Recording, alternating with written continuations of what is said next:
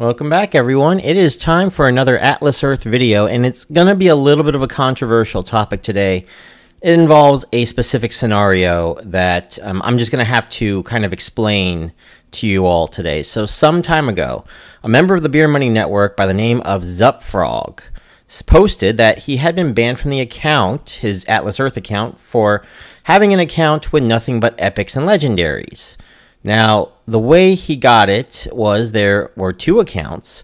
He sold all his commons and rares to one account, and then sold all his rares and legendaries, epics and legendaries to another. The epic legendary account got banned as a result. And the problem with this, though, is that one of those accounts was his father's, and his dad gave him consent to do this, likely in a way to maximize their income. Now, look. I can see how tempting that may be for some that do this and have a family member also playing Atlas Earth, but the chances of him getting his account back were very slim at best, in my opinion. It had been a topic of discussion for a while now whether or not Zupfrogg was in the right or not, or at least, in the gray area where he was at least following the rules or the terms of service, and I have stayed mostly quiet about it.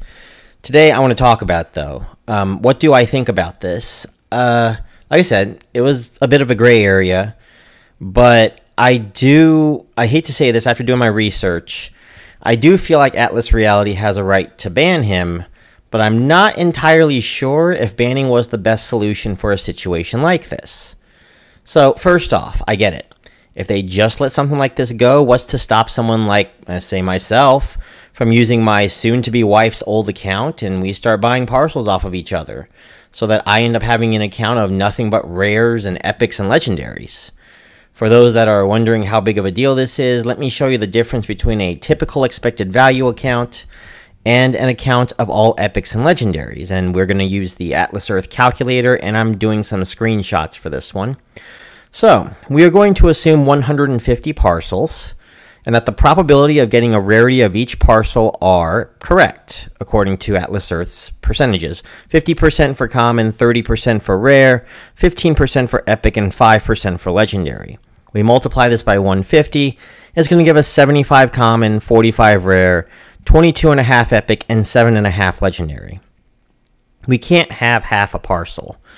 I mean, I wouldn't mind that, 50 Atlas bucks for half a parcel, but that would be weird. So let's give our average account to the legendary, the favorable legendary instead of the epic. So that will give us 22 epics and 8 legendaries. Now, on the other side, we have an account that has the expected value, but only if you get parcels that are between epic and legendary. So in this case, we have a 3-to-1 epic to legendary rate, 15% epics, 5% legendaries. So we will kind of extend that out to 100%, and we get 75% epics, 25% legendaries. Now, let's go ahead and multiply that by 150 parcels, and we give this account 112.5 epic parcels and 37.5 legendary parcels. Now, let's be as fair as possible. Since they are super lucky, let's just assume that the law of averages finally starts swinging the other way. And it's an epic instead of a legendary, so we're going to give them 113 epics and 37 legendaries. And I'm going to call this account Chad Cheater and the first account Average Joe. Now, we'll also assume a Tier 2 passport of 11 badges so that both accounts can instantly join the Explorer Club if need be. We're also going to assume 24/7 boosting and 1.5 32-hour super rent boosts a month, as that is the current trend. We have been going for, I think, at this point, we've done like 2 super rent boosts a month for every month of the last 4, with the exception of October. October only had 1 in the middle of the month. Anyway, so we do the calculations, and we find the Average Joe account comes to about 68.1 cents per day, and $2.27 per 48 hour of super rent boost. 48 hours being 1.5 32-hour super rent boosts a month. And so that means that per month they are getting about $21.63 a month. That's our Average Joe. Now we go to old Chad Cheater here, and we see $1.17.5 a day and that's $3.91 per 48-hour super rent boost, and that is per month coming out to $37.33 a month. So we're going to go ahead and subtract $37.33 a month by $21.63 a month from the average Joe account, and the Chad account has a $15.70 a month advantage on the average account. Now, that may not seem like much, but if you can imagine 10 to 20,000 people doing this, if one account is allowed to do this, even with permission, then it becomes a serious problem and costs Atlas Earth a lot of money, especially if these people cash out. Plus, these people would have no incentive to try to gain more parcels, as according to my parcel predictor calculator, the average person would need 1,361 parcels of land. So 1,211 more parcels, or close by $5,000 worth of cash, just to match what they are getting now. So Atlas Reality makes no money, which hurts the entire community and the game itself in general, and it just leads to an overall more toxic atmosphere. And honestly, that ad of theirs has done enough of a job on that. I'm just kidding. I'm okay. I'm gonna quit picking on this. All right. I'm gonna quit picking on this. Just at a long time ago, I think like a month ago, someone had mentioned this ad, showed me it, and I just saw it. It was so much cringe, but I just said I had to pick on it once or twice. So I think I've already beaten the dead horse enough on this one. We're gonna move on. Now, with all that being said, if I, the user, put hundreds of dollars into the game, and there wasn't clear rules stating that something like this couldn't happen, even amongst family members, and that I wasn't allowed to do this, I wouldn't be a very happy camper right now. And there are a lot of people who probably put money into this game and see this as sort of an investment and would not want their investment to go down the drain. I mean, it would be a bit of a hit to the reputation of the game, and here's the thing. I know for some of you this is going to sound very weird, but by play-to-earn game standards, these guys are actually fairly transparent. I mean, they've been transparent with things. Pretty reputable and honestly mostly fair up to this point. I mean, I'll give you an example. I had to get a refund for a really bad Burger King experience not about a month ago. I contacted support and they were just like, no worries, we're good.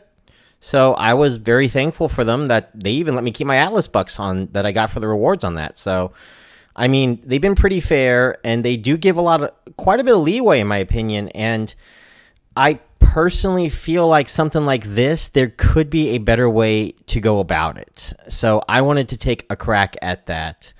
And I'm going to use this based off of the comments from a couple Beer Money Network members, Angel and Gnome of Doom. They had an interesting idea that I do kind of agree with, and that is re-rolling the parcels that you sell, meaning we would re-roll the rarity upon buying the parcel. So even though it was a legendary, it would just be the same amount as, basically the same rarity as if you just bought a brand new parcel. Now, I do think this is a good idea, but one major flaw in this is that why even buy parcels at all then, especially right now when you can buy a blank parcel for 100 Atlas bucks instead of a minimum of 150 for an already owned one, unless it has some kind of sentimental value, like, you know, a piece of Disneyland or something. We would need a threshold on when the program should re-roll that parcel, and the way I would do it is with statistics. I would find the z-score based on their expected value and standard deviation. Here's a slightly simplistic example. So we're going to assume that a common is worth 1, a rare is worth 1.5, an epic is 2, and a legendary is 4, and this roughly coincides with the amount that you get for each parcel. I know rare is a little bit high. I think it's closer to like 1.48 or something like that, but I wanted to keep this as simple as possible. And what we're going to do is we're going to find the expected value of a parcel. And this is going to be the first step to figuring out this problem. And trust me, at the end, I will have a point on this. So we're going to take the chances, 50%, 30%, 15%, and 5% respectively for each rarity. And we're going to follow the guide here on standard deviations of expected values and probabilities. And what we're going to do is we're going to make this little expected value table here by multiplying these values together and then adding them up. And that will give us the expected value of 1.45. So that means 1.45 common parcels. That's why I'm going to call it common parcels. So Obviously, a common would be worth 1 common parcel. A rare is 1.5 common parcels, and so on. And on average, we can expect each parcel to give us 1.45 common parcels. So now let's try to find the standard deviation. Statistics are a lot more difficult to explain in a single video, but the best way to explain how to get the standard deviation of a single parcel is to first get the variance and then get the square root of it. So we will do this by taking our difference between the expected value and the current value of each situation, common, rare, epic, and legendary, then squaring it, then multiplying it by the probability.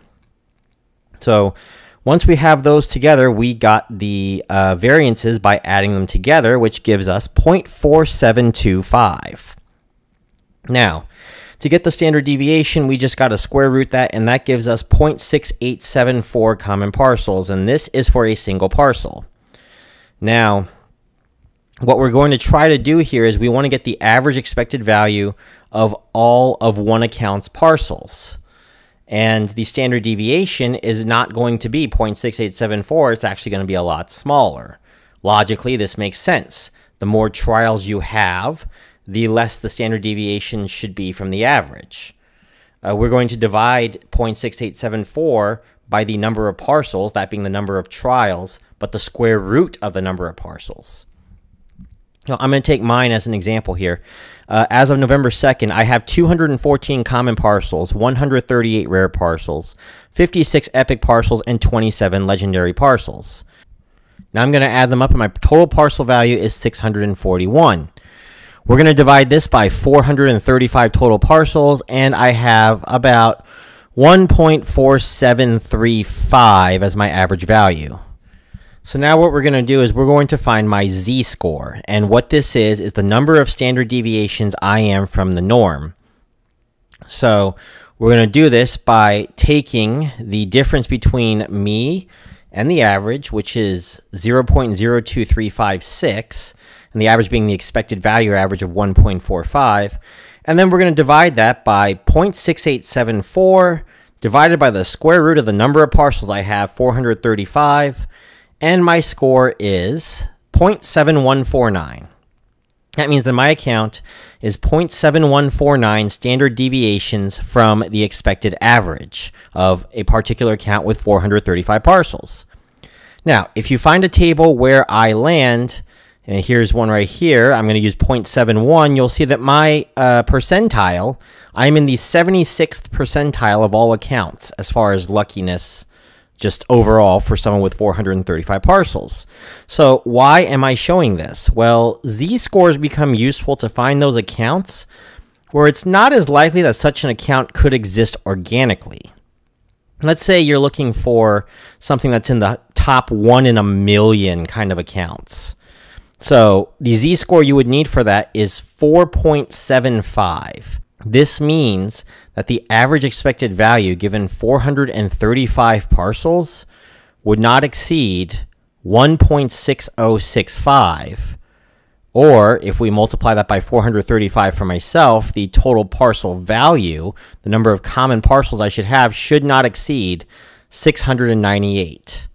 So that could be done by simply replacing 20 of my commons with legendaries. So if I kept trading a common for a legendary, say 20 times, then on the 21st time, you could activate this reroll ability, and they would just reroll or something. Now, I would say that Atlas Reality would probably think 1 in a million might be a bit too rare, and they might want to try something like 1 in 50,000 or 1 in 100,000. But again, you know, it would definitely kind of snuff out those that are trying to trade back with it, and in my opinion, it would be a lot better than a permaban. Just my opinion. I just don't think that someone should ban their account over something like this. It's just, I don't know. I feel like getting, okay, a ban, I understand. A temporary ban for like a week, maybe 2 weeks, okay.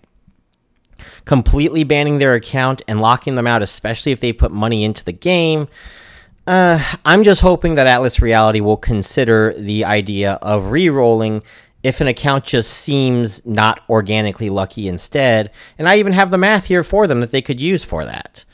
So yeah, that's just, I'm hoping that they do this, especially since there are people that have put a lot of money into this game, see this as a sort of investment, whether or not that is correct or not. I mean, I just feel like it would be better this way. So that's my video. If you like this idea or you have other ideas, let me know in the comment section below.